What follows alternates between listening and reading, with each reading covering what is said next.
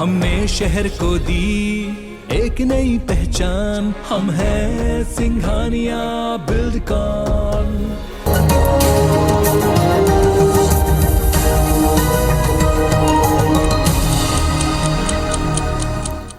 नमस्कार, सुप्रभात, good morning. आप देख रहे हैं IBC 24। सुबह के 7 बजने को हैं। 7 की बड़ी बात में आपका स्वागत है। इस बुलेटिन की शुरुआत करेंगे इस वक्त की एक बड़ी खबर से। मध्य प्रदेश में सांची दूध के दामों में 2 रुपए की बढ़ोतरी कर दी गई है। आज से नए दाम पर सांची का दूध मिलेगा। तो सांची गोल्ड फुल क्रीम दूध 500 मिलीलीटर 29 रुपए का हो गया है। तो सांची गोल्ड फुल क्रीम दूध 1 लीटर 57 रुपए का हो गया है। तो सांची टोन दूध ताज़ा आधा लीटर 24 रुपए का। तो सांची स्टैंडर्ड शक्ति दूध 500 ml 27 रुपए का। सांची डबल टोन दूध स्मार्ट 500 ml 22 रुपए का हो गया है। तो सांची डबल टोन दूध स्मार्ट 200 ml 10 रुपए का। और चाह दूध 1 लीटर 48 रुपए से बढ़कर 53 रुपए का हो गया है। चाह स्पेशल दूध 1 लीटर 47 रुपए का हो गया है।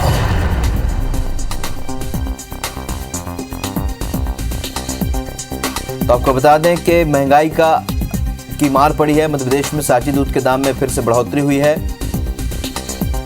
21 मार्च से यानी आज से 2 रुपए अधिक रेट में ये दूध मिलेगा।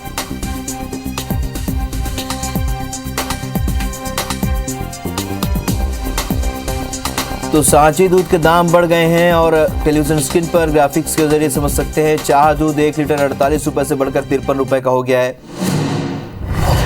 इसी तरह जो दूध की अलग अलग वैरायटियां हैं उनके दामों में लगभग 2 रुपए की बढ़ोतरी हुई है। इसका असर अब उपभोक्ताओं पर पड़ेगा। सांची गोल्ड फुल क्रीम दूध 500 ml 29 रुपए का हो गया है। तो सांची गोल्ड फुल क्रीम दूध 1 लीटर 57 रुपए का हो गया है। सांची टोन दूध ताज़ा 500 ml 24 रुपए का। चाह दूध 1 लीटर 48 रुपए से बढ़कर 53 रुपए का हो गया है।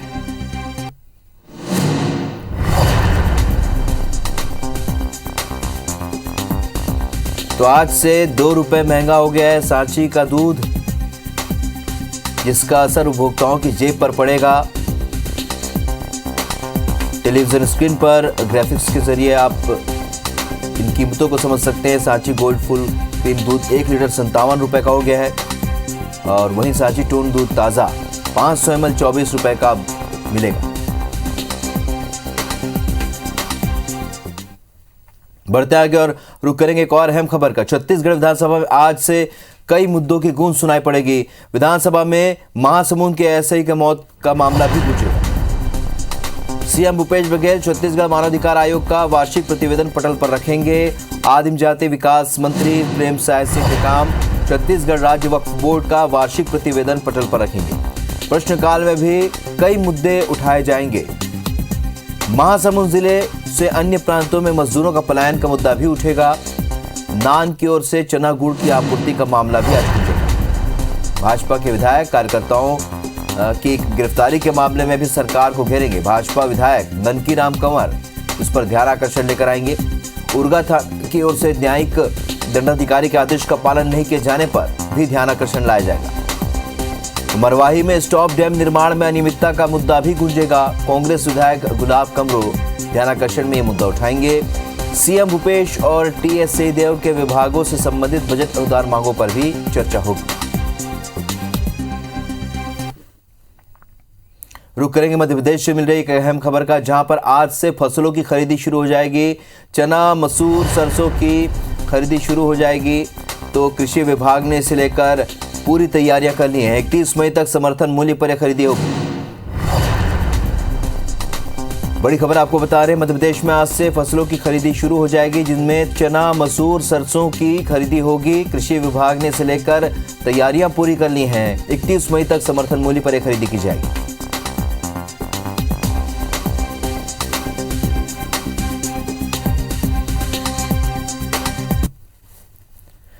बढ़ते आगे, दिल्ली और पंजाब में जीत के बाद आम आदमी पार्टी छत्तीसगढ़ में भी सक्रिय होती नजर आ रही है। पार्टी के छत्तीसगढ़ प्रभारी गोपाल राय ने रायपुर के पंचशील नगर में प्रदेश कार्यालय का शुभारंभ किया और इस दौरान कई लोगों को पार्टी की सदस्यता दिलाई। पत्रकारों को संबोधित करते हुए गोपाल राय ने कहा कि छत्तीसगढ़ में भाजपा और कांग्रेस दोनों ने जनता से वादा खिलाफी की है। उन्होंने कहा कि छत्तीसगढ़ की जनता आपसे जुड़ रही है। सत्ता पक्ष और विपक्ष के कई बड़े नेता भी उनके संपर्क में हैं। गोपाल राय ने कहा कि 2023 विधानसभा में आम आदमी पार्टी चुनाव लड़ेगी। इससे पहले प्रदेश में सदस्यता अभियान चलाया जाएगा और अगले महीने से राज्य सरकार के खिलाफ कई मुद्दों को लेकर प्रदर्शन करेंगे। उन्होंने कहा कि देश और प्रदेश की जनता धर्म की राजनीति के बजाय विकास के मुद्दे पर वोट देती है। आम आदमी पार्टी आज साइंस कॉलेज से बदलबो छत्तीसगढ़ नारे के साथ विजय जुलूस भी निकालेगी। तो आम आदमी पार्टी में खासा उत्साह। दिल्ली के बाद पंजाब में जीत से पार्टी में उत्साह है और अब छत्तीसगढ़ में भी पार्टी सक्रिय नजर आ रही है। छत्तीसगढ़ के प्रभारी गोपाल राय कल रायपुर दौरे पर आए थे और इस दौरान उन्होंने प्रेस कॉन्फ्रेंस की, पार्टी कार्यालय का उद्घाटन किया और आज एक रैली निकाली जाएगी। तो मेरे ख्याल से जिस मकसद के लिए पार्टी बनी उसके लिए काम कर रही है।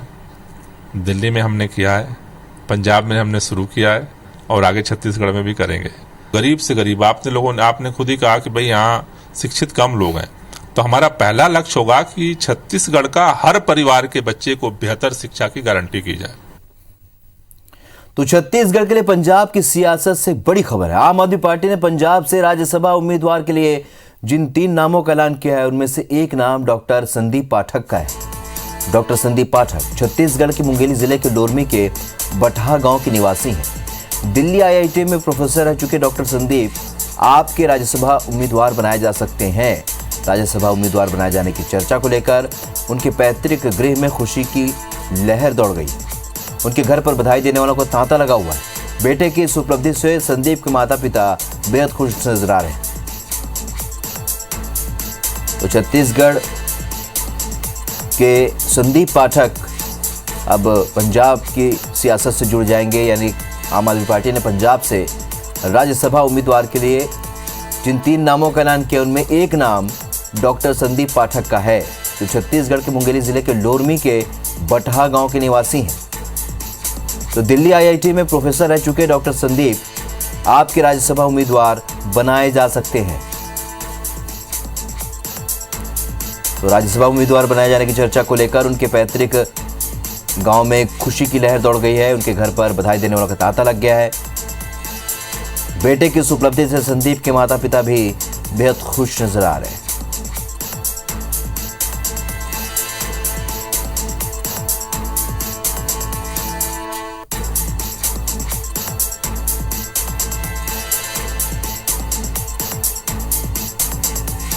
तो छत्तीसगढ़ के लिहाज से बड़ी खबर आपको बता रहे हैं। आपसे राज्यसभा उम्मीदवार हो सकते हैं डॉक्टर संदीप पाठक। पंजाब से राज्यसभा उम्मीदवार वो हो सकते हैं क्योंकि 3 नामों का जो पैनल है उसमें संदीप पाठक का नाम है। मुंगेली जिले के लोरमी के बटहा गांव के रहने वाले हैं डॉक्टर संदीप पाठक।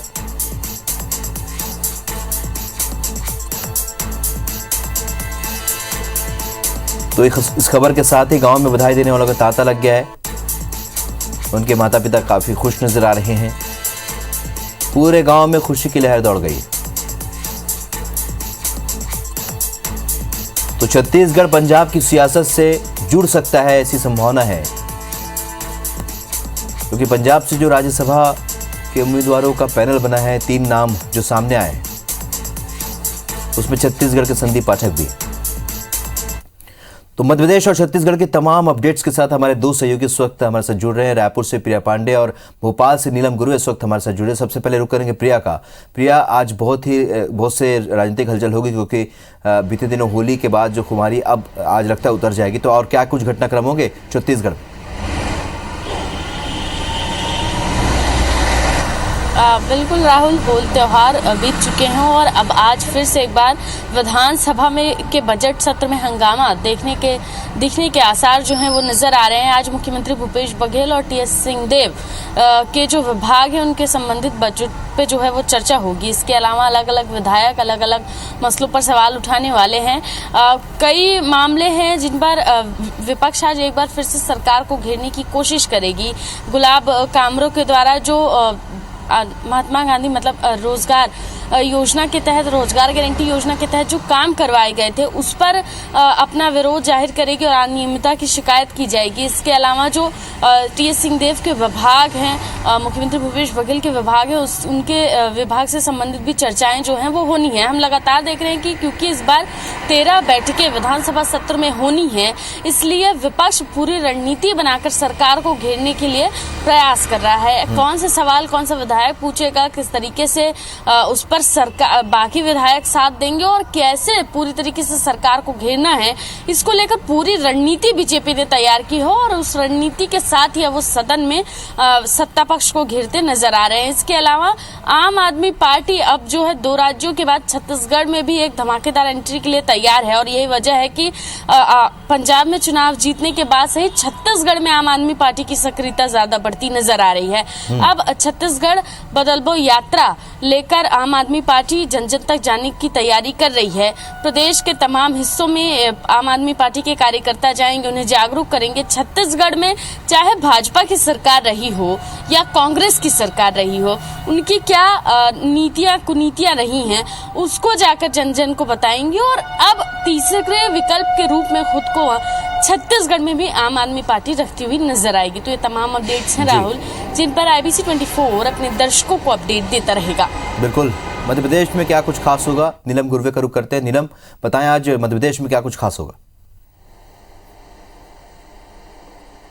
जी राहुल, देखिए मध्य प्रदेश की बड़ी खबरों की बात करें तो ओबीसी आरक्षण के जो 2 मामले हैं उन पर एक बड़े कुछ फैसले आज आ सकते हैं। पहला मामला है मध्य प्रदेश में पंचायत चुनाव करवाने को लेकर कांग्रेस नेत्री जया ठाकुर की याचिका है, उस पर हाईकोर्ट पर आज सुनवाई हो सकती है कि मध्य प्रदेश में पंचायत चुनाव कब हो सकते हैं, क्या कुछ उसके जो कड़ियां रहेंगी, क्योंकि आरक्षण को लेकर के पेच फंसा था, जिसके बाद सरकार ने पूरे जो परिसीमन जो अध्यादेश लाया गया था उसे निरस्त करके मध्य प्रदेश में पंचायत चुनाव टाल दिए गए थे। कहा यह गया था कि ओबीसी आरक्षण का मामला सुलझने के बाद नए तरीके से परिसीमन करवाया जाएगा और उसके बाद ही मध्य प्रदेश में पंचायत चुनाव करवाए जाएंगे। तो इस पर आज जो है हाईकोर्ट के द्वारा कोई फैसला आ सकता है। वहीं दूसरा जो मामला है एमपीपीएससी का जो 2019 का रिजल्ट है उसे लेकर के सुप्रीम कोर्ट में जो याचिका दायर की गई है उस पर भी आज अहम फैसला आ सकता है। 2019 एमपीपीएससी के जो रिजल्ट का मामला है, काफी लंबे समय से इस पर जो है पेच अटका हुआ है। इसमें भी वही पेच है जो ओबीसी आरक्षण को लेकर के कुछ अभ्यर्थी उन्होंने इसमें जो है याचिका दायर की थी कि इसमें आरक्षण का सही तरीके से पालन नहीं किया गया है। जो आरक्षण का दायरा होता है उसे बढ़ करके ओबीसी आरक्षण दे करके जो है रिजल्ट घोषित किया गया है मेंस का, और उसके चलते अभी तक इंटरव्यू भी नहीं हो पाए हैं। तो लगातार इस मामले में हाईकोर्ट में भी सुनवाई जारी थी और उसके बाद कुछ अभ्यर्थियों ने सुप्रीम कोर्ट का रुख किया था, तो उसमें सुप्रीम कोर्ट आज जो है अहम फैसला दे सकता है। तो ये 2 बड़े मामले हैं जिन पर आज अहम फैसले हाईकोर्ट और सुप्रीम कोर्ट के द्वारा आ सकते हैं। राहुल, चलिए, तो तमाम अपडेट्स के साथ हम अपने दर्शकों से लगातार बने रहेंगे, उन्हें अपडेट्स देते रहेंगे। इस जानकारी के लिए बहुत बहुत शुक्रिया आप दोनों का।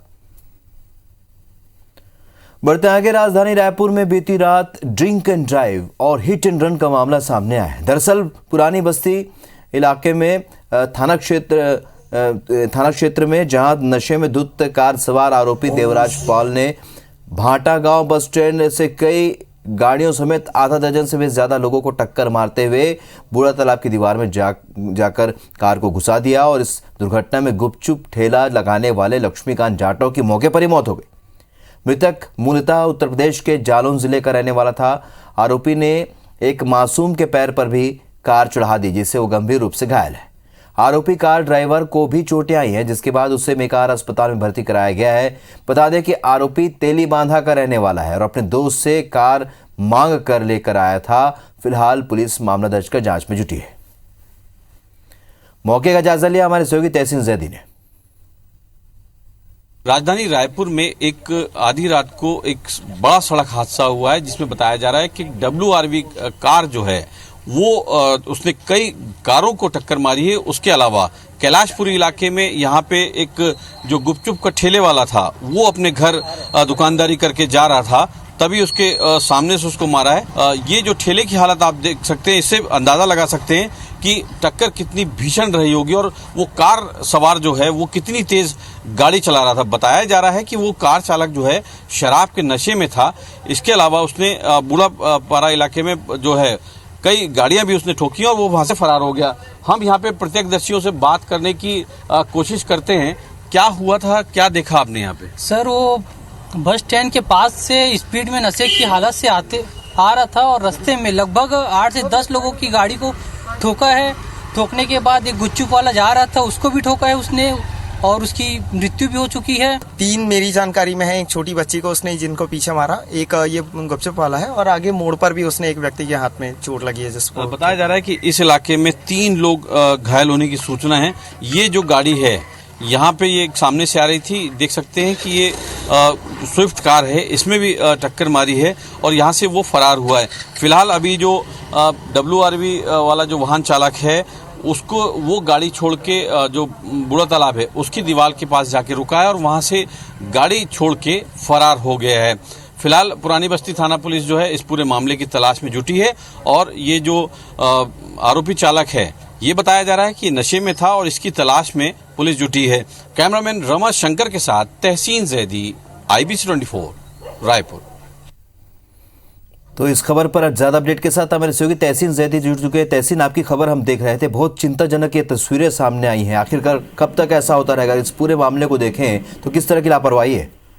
देखिए, ये एक बड़ा हादसा ये हुआ है। हालांकि ये कल देर रात हुआ है, तो जिसकी वजह से लोग, छुट्टी का दिन था, लोग अपने घर जा चुके थे, फिर भी जो लोग थे वो इसकी चपेट में आए हैं, जिससे लोग जो है 4 से 5 लोग घायल हुए हैं और करीब 7 से 8 गाड़ियों को इसने ठोका है। और ये सिर्फ उसी कैलाशपुरी इलाके में, पुरानी बस्ती इलाके में नहीं, ये टिकरापारा इलाके में भी और उधर नया बस स्टैंड होते हुए कई गाड़ियों को, 2 पहिया वाहन वालों को मारा है। और इसके अलावा जो 8 साल की मासूम थी उसके पैर में भी इसने गाड़ी चढ़ाई है। उसके अलावा जो है ये एक यहाँ कैलाशपुरी आया है और यहाँ आने के बाद जो एक रिक्शे वाला, जो एक गुपचुप ठेले वाला था, लक्ष्मीकांत जाटव, जो यूपी करने वाला था और अपना जो भरण पोषण अपने भाइयों के साथ रह के किराए का मकान लेके गुपचुप पर ठेला लगाता था, पूरे परिवार का भरण पोषण करता था, वो अपने घर लौट रहा था। तभी जिस तरीके से हमारे दर्शक CCTV में देख पा रहे हैं,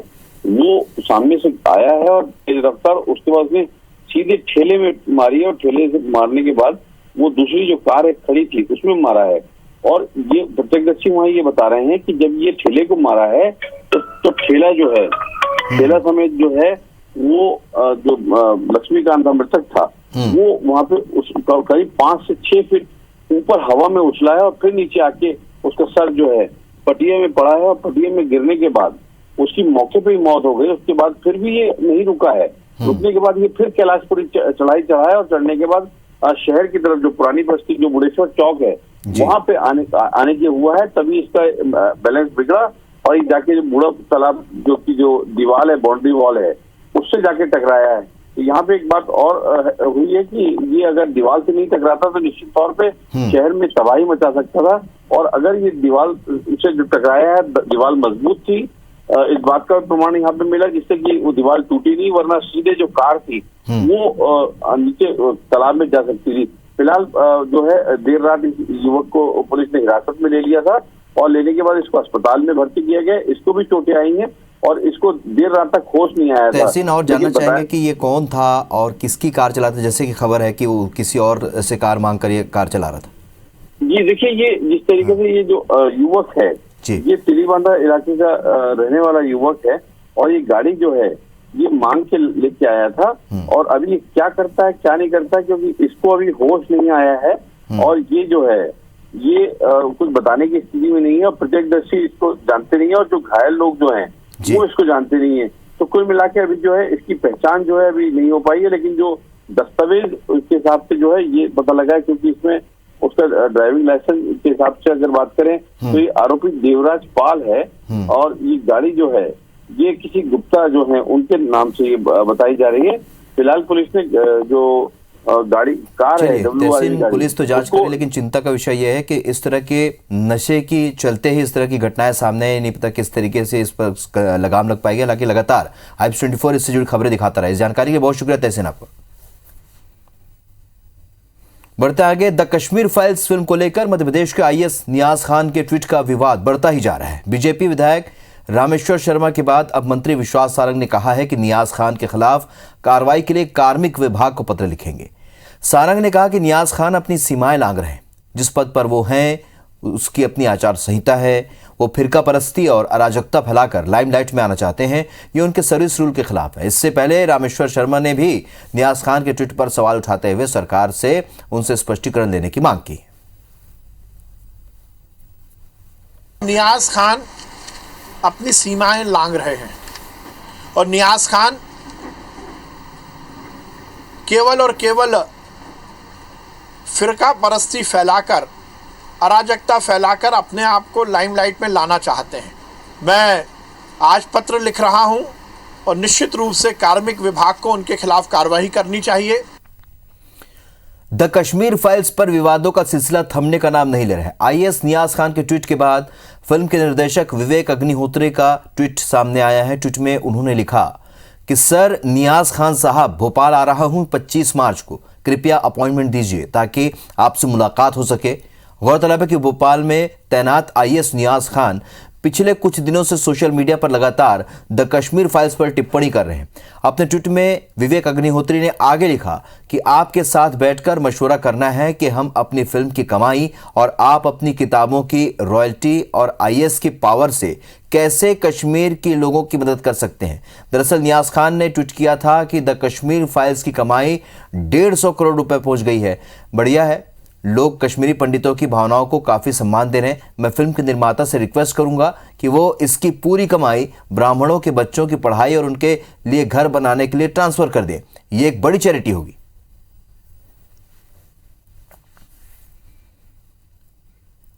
तो सुबह 7 बजे की खबरों में फिलहाल इतना ही, लेकिन ताजा अपडेट के लिए आप बने रहिए IBC 24 के साथ। नमस्कार।